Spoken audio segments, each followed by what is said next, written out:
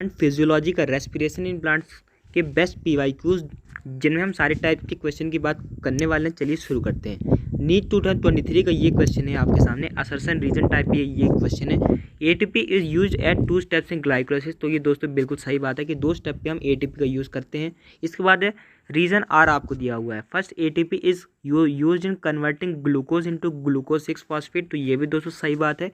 और जो दोस्तों सेकेंड एटीपी है उसको हम यूज़ करते हैं फ्रक्टोज 6 फॉस्फेट से फ्रक्टोज 1,6 डाईफॉस्फेट के कन्वर्जन में। तो ये भी सही बात है, यानी कि दोनों असर्शन रीजन सही भी हैं और एक्सप्लेन भी कर रहा है। पहले बताया है कि यूज़ होता है, बाद में बताया है कि कहाँ कहाँ पर यूज़ होता है। क्योंकि दोस्तों अगर आप इन 10 स्टेप्स को देखेंगे तो पहले स्टेप में दोस्तों एटीपी यूज़ होता हुआ दिख रहा है, क्योंकि एटीपी से एडीपी बन रहा है जब हम ग्लूकोज से ग्लूकोज 6 फॉस्फेट बना रहे हैं। और दोस्तों ये जो तीसरा स्टेप है आपका फ्रक्टोज 6 बाईफॉस्फेट से फ्रक्टोज 1,6 बिसफॉस्फेट, या फिर इसी को आप 1,6 डाईफॉस्फेट भी कह सकते हैं। वहाँ पर दोस्तों एटीपी से एडीपी बन रहा है, यानी कि यूज़ हो रहा है एटीपी। तो ये सही दोस्तों एक्सप्लेनेशन भी है और दोनों स्टेटमेंट भी सही है। इसके बाद है दोस्तों नीट 2023 का ये match the column type question.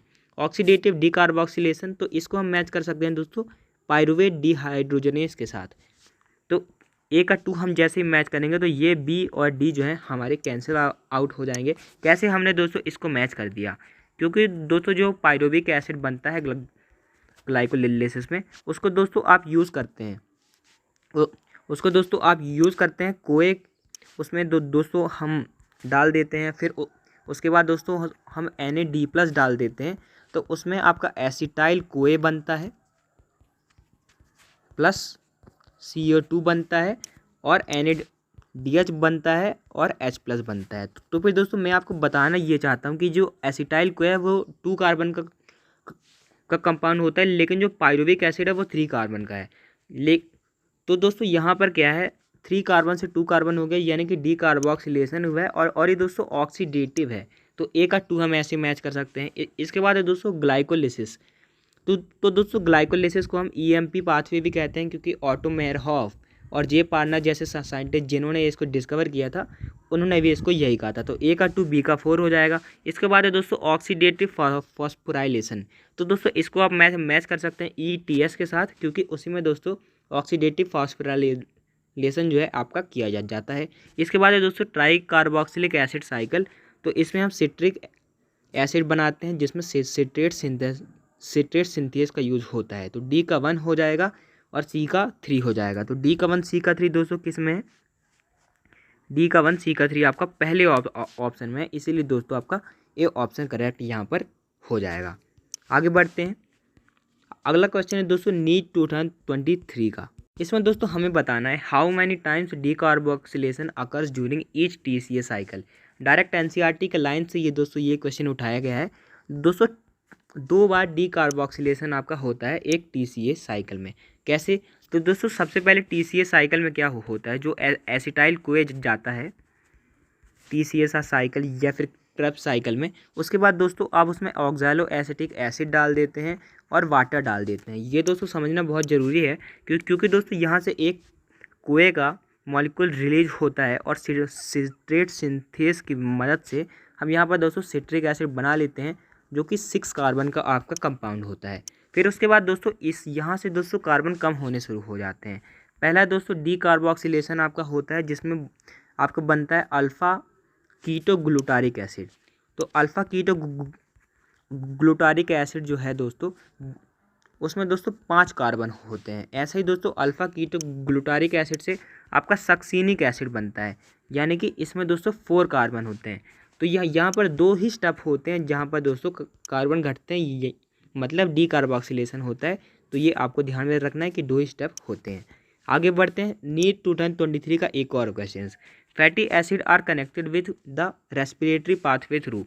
तो दोस्तों इसका आंसर बहुत ही सिंपल है, एसिटाइल कोए हो जाएगा। क्योंकि दोस्तों आप इसको देखिए डाईहाइड्रोक्सी एसीटोन फॉस्फेट, तो आपको बिल्कुल भी कंफ्यूज नहीं करना। ये दोस्तों ग्लिसरॉल जो है वो इससे जुड़ा होता है रेस्पिरेटरी पाथवे से, और दोस्तों पायरुविक एसिड जो है उससे प्रोटीन जुड़े होते हैं। तो NCERT का डायग्राम भी आपको मिल जाएगा, उसमें फैटी एसिड जो है वो एसिटाइल कोए से कनेक्ट होते हैं, आपको ध्यान में रखना है। इसके बाद है दोस्तों नीट 2022 का ये question, what amount of energy is release from glucose during lactic acid fermentation. जो दोस्तों ये भी डायरेक्ट एनसीईआरटी की लाइन से क्वेश्चन हुआ है। लेस देन 7%, ये आपको ध्यान में रखना है कि 7% से कम की भी एनर्जी है दोस्तों, वो लैक्टिक एसिड फर्मेंटेशन से हम निकाल पाते हैं। आप यहाँ पर उसको देख भी सकते हैं कि कैसे कैसे होता है। ग्लूकोज से हम बनाते हैं ग्लिसरॉल D3 फॉस्फेट, फिर फॉस्फोग्लिसरिक एसिड, और उसके बाद PEP जो बन जाता है, उससे पायरुविक एसिड बनता है। तो दोस्तों यीस्ट में ये होता है, यीस्ट जो है वो उसमें जो फर्मेंटेशन होता है उससे यहाँ से कार्बन एक हट जाता है और यहाँ पर आपका C2H5OH इथेनॉल बनता है और CO2 बनता है। तो दोस्तों यहाँ पर 7% से भी कम यहाँ पर एनर्जी रिलीज होती है, इसीलिए इसका आंसर ए हो जाएगा। आगे बढ़ते हैं। नीट 2022 का ये क्वेश्चन दोस्तों, ये बहुत अच्छा क्वेश्चन है, डायग्राम बेस ये क्वेश्चन है। तो दोस्तों ETS कॉम्प्लेक्स 1, तो इसको हम मैच करेंगे NADH डिहाइड्रोजनेस के साथ, क्योंकि इसमें NADH डिहाइड्रोजनेस होता है। ETS कॉम्प्लेक्स 2 में दोस्तों UB कोनान और FADH2 डिहाइड्रोजनेस होते हैं, तो B का 4 हो जाएगा। 3 में दोस्तों साइटोक्रोम BC1 हो सकता है, इसमें BC1 यानी कि 3 इसमें नंबर्स और अल्फ़ाबेट हैं, तो आप इसको ऐसे याद कर सकते हैं, 3 का 3। इसके बाद है ETS कॉम्प्लेक्स 4, इसमें दोस्तों होता है साइटोक्रोम A3 और 2 कॉपर सेंटर होते हैं। तो इसका आंसर दोस्तों क्या बनेगा, A का 3 बन जाएगा और B का 4 बन जाएगा। तो दोस्तों A का 3, B का 4, C का 1 और D का 2। आप यहाँ पर दोस्तों मेरी NCERT का डायग्राम भी देख सकते हैं। कॉम्प्लेक्स 1 NADH डिहाइड्रोजनेस, कॉम्प्लेक्स 2 में दोस्तों सक्सीनेट डिहाइड्रोजनेस होता है और यहाँ पर UB क्विनोन और FADH2 भी होता है। और दोस्तों साइटोक्रोम 3 में BC1 होता है, साइटोक्रोम BC1, और कॉम्प्लेक्स 4 में साइटोक्रोम C ऑक्सीडेज, और यहाँ पर आप देखेंगे तो आपको कॉपर सेंटर्स भी देखने को मिलते हैं, इसीलिए दोस्तों इसका आंसर हो जाएगा D। आगे बढ़ते हैं। ये क्वेश्चन है अब दोस्तों नीट 2022 का। The 5 carbon compound form during TCA cycle is alpha keto glutaric acid. दोस्तों इसका सही आंसर हो जाएगा, क्योंकि मैंने दोस्तों पहले भी आपको बताया हुआ है कि कैसे अल्फा कीटो ग्लूटारिक एसिड बनता है। डी कार्बोक्सिलेशन हो जाता है जब सिट्रिक एसिड का। तो ये दोस्तों 5 कार्बन का कंपाउंड होता है। और दोस्तों ये जो सक्सीनिक एसिड है आप जानते हैं 4 कार्बन का कंपाउंड है, और फ्यूमेरिक एसिड भी है दोस्तों आपका 4 कार्बन का कंपाउंड है। यहाँ पर आप देख भी सकते हैं पूरी, मैंने यहाँ पर सिट्रिक एसिड साइकिल जो है उसके NCERT का डायग्राम लगाया हुआ है। तो दोस्तों सक्सीनिक एसिड में 4 कार्बन होते हैं, ऑक्सालो एसिटिक एसिड में 4 कार्बन होते हैं, अल्फा कीटो ग्लूटारिक एसिड में दोस्तों 5 कार्बन होते हैं। तो आपको कार्बन का नंबर भी सब में दोस्तों ध्यान में रखना है। इसके बाद है दोस्तों नीट 2021 का ये क्वेश्चन, आपको इनकरेक्ट स्टेटमेंट बताना है। ATP is synthesize through complex 5। तो ये दोस्तों सही बात है, क्योंकि जो कॉम्प्लेक्स 5 है वही हमारा ATP बनाता है। इसके बाद है दोस्तों ऑक्सीडेशन रिडक्शन रिएक्शंस प्रोड्यूस है प्रोटॉन ग्रेडियंट। तो दोस्तों प्रोटॉन ग्रेडियंट की आवश्यकता होती है, तो ये भी दोस्तों सही स्टेटमेंट है, हमको इनकरेक्ट बताना है। इसके बाद है दोस्तों during aerobic respiration the role of oxygen is limited to the terminal stage. तो ये दोस्तों सही बात है कि जो टर्मिनल स्टेज जो लास्ट के स्टेज होते हैं उनमें ऑक्सीजन का रोल होता है। चौथा स्टेटमेंट दोस्तों यहाँ पर गलत है कि इसमें कहा गया है NADH plus H plus gives rise to 2 ATP molecules, जबकि FADH2 give rise to 3 ATP molecules. तो ये दोस्तों फॉल्स बात है। NADH2 जो है वो आपका देता है 2 ATP, आपको ये ध्यान में रखना है। NADH2 आपका दोस्तों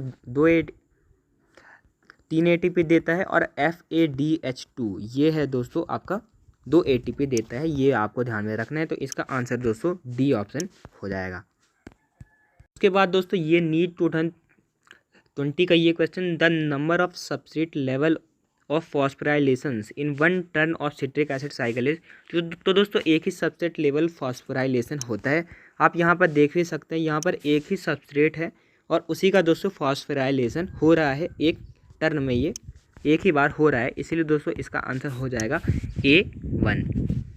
आगे बढ़ते हैं। नीट 2020 का ये question, pyruvate dehydrogenase activity during aerobic respiration requires calcium, iron, cobalt या फिर मैग्नीशियम। तो दोस्तों मैंने जो आपको शुरू में जो इक्वेशन बताई थी NAD+ और पायरुविक एसिड से जो हम बनाते हैं, तो दोस्तों यहाँ पर दोस्तों Mg2+ जो आयंस होते हैं उनका बहुत बड़ा रोल होता है। तो आपको ये ध्यान में रखना है कि जो मैग्नीशियम है वो रेस्पिरेशन में बहुत अच्छा रोल प्ले करता है। आगे बढ़ते हैं। तो दोस्तों आज का वीडियो हम यहीं पर ख़त्म करते हैं।